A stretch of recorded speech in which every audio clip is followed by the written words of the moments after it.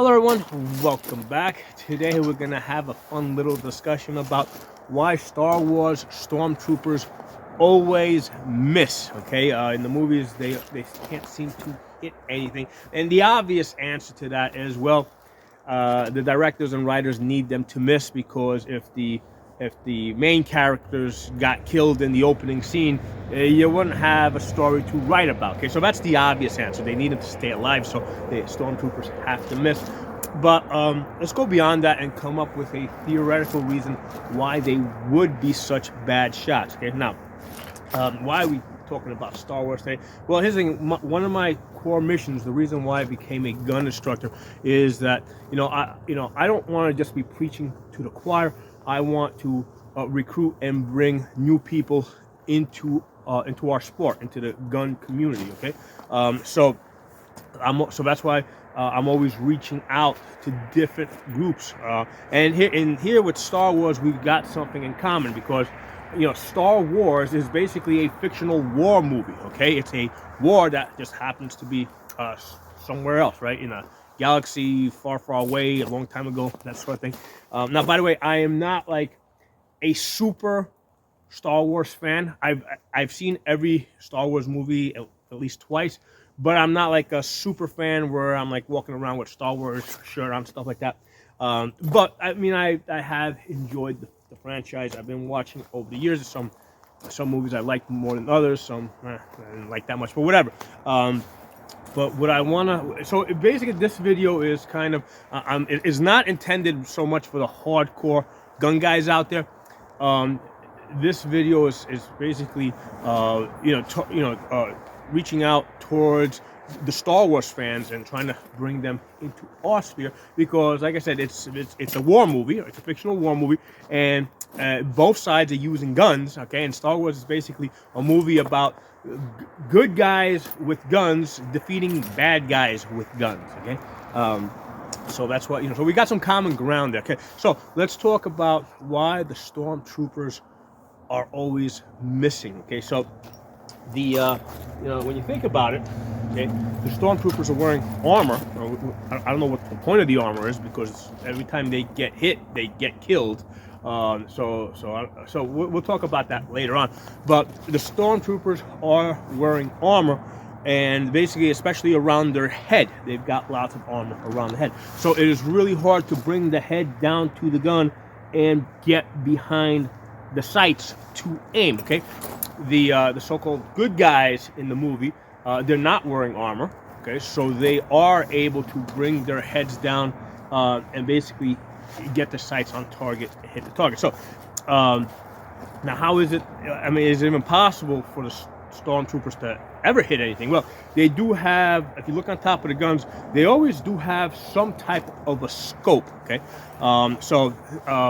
if I was to come up with something that made sense, I would say that scope is not something to look through, but it's some type of a laser, a laser projection, kind of like a flashlight, right?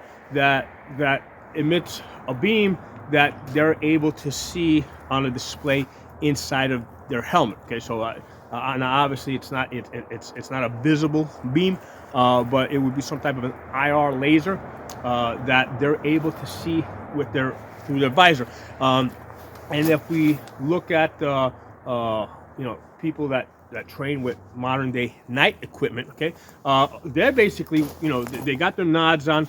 They don't bring their head down to the gun because they're not looking through the scope. They're holding their head up like this, and there's a laser being emitted off the gun, and they're basically looking at where that is being emitted. Now, there are some instances where the nods do allow them to come down and get behind the optic.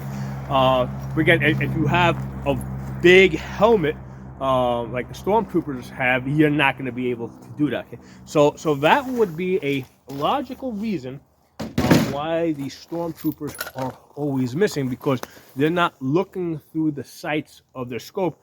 There's most likely some type of a light beam or an IR laser or something that's being emitted that they would basically see through their visor. Now, the issues with that, of course, are there's issues of calibration. There's issues that they are moving, right? Um, so here's the stormtrooper mentality. Basically, they're assault troops, right? So their mentality is more or less always on the move. Um, they're usually not looking for cover, some type of cover to shoot behind. They're usually kind of shooting out in the open, trying to overwhelm. That's how they train, and it does kind of make some sense when you consider all the armor that they're wearing, which I'm gonna say is not really armor because it doesn't protect them against anything. But because they've got all that stuff on them, that would prevent them from easily getting into a kneeling position or a prone position, or because remember, they don't just have it on the chest and back like modern day armor that we use in real life. They got it on their entire body. Okay, so having armor on your entire body is going to limit your mobility. Now, you might be able to easily run forward, back, sideways, but as far as getting into like getting behind something for cover, that is going to make it a little bit more difficult. And if you guys follow my channel, you guys know that I do medieval combat. So I wear armor and I fight, and I don't even wear that much armor. And yeah, it can be, like I can fight, but if you're trying to get like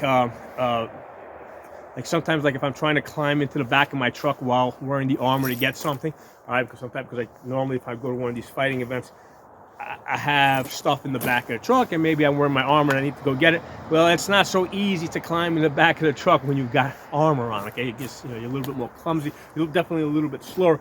So that would be one of the reasons why the stormtroopers, have adopted a way of fighting where they're just basically charging forward out in the open, not wasting time looking for cover, just trying to overwhelm. Now, let's quickly talk about the armor. What's the point of the armor if it doesn't stop anything? It doesn't protect against anything. And there's plenty of instances where you see the stormtroopers getting hit with a blaster, and man, they go down. Likewise, you see, it's kind of funny because sometimes you'll see the so-called good guys get hit with the blaster, and they don't immediately go down. They just get wounded. So that's kind of funny. But anyway, that's a whole other story. So I would argue, right, in order to make this kind of make sense, I would argue that the armor is not really armor. It is an environmental control system. Okay, that's what I would argue, because especially if you're part of a space force, right? That's traveling to, that could be on any planet, on any different environment. First of all, you don't know what kind of breathing atmosphere you're gonna run into. Okay, so even if it's an oxygen atmosphere, it might be too much or too little, or none at all. Okay, so that's the first thing that I think they would be concerned with, being able to breathe, and of course, maybe there's like, I don't know, they're in a toxic environment where even their skin shouldn't be exposed to something like that. So I would argue that the armor that they're wearing is an environmental. Basically, it's an astronaut suit. That's what I would argue that it is. That's why it does not offer any protection. So there's my thoughts on that. So again, the whole point of this is I thought it'd be a fun exercise.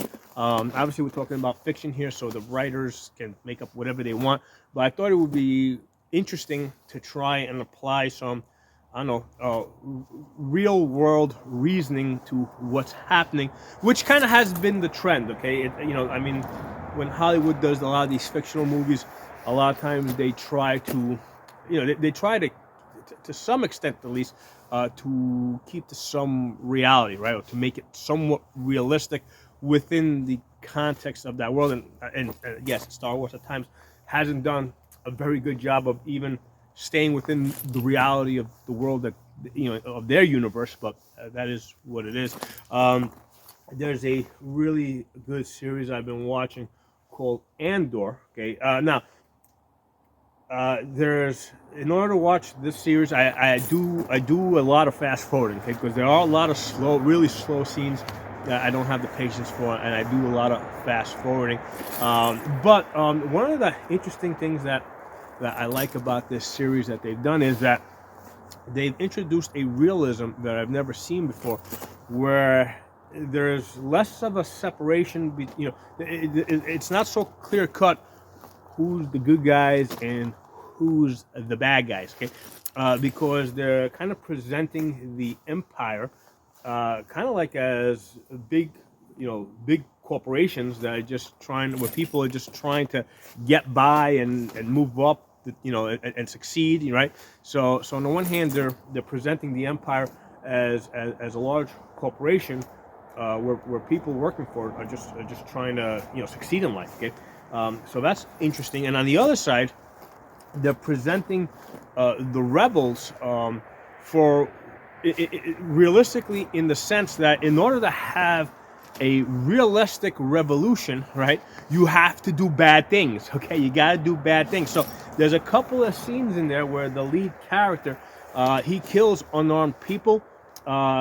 He basically, there's one, he kills unarmed people. There's this, they introduced the idea of eliminating even your own people who are no longer a convenience for keeping alive, because they might, they might lead the Empire back to you. So they've introduced a lot of necessary evil on the side of the rebellion, which I find very interesting. Okay, so for those two aspects, the fact that on the one hand, because they haven't even introduced this whole concept of the Force and lightsabers. I haven't seen any of that.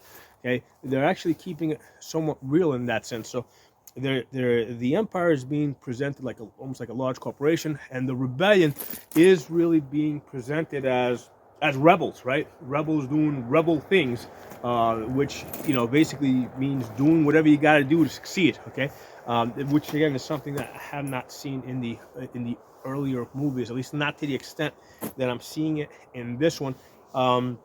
So it's very interesting. Now, from what I hear, the show Andor is actually not getting the following that Disney, who bought the franchise, is thought that they would be getting, because of how bad the previous movies and series that they did are. And by that I mean is Disney has tried to force their politics into the Star Wars franchise, right? So that's the reason why. And they did.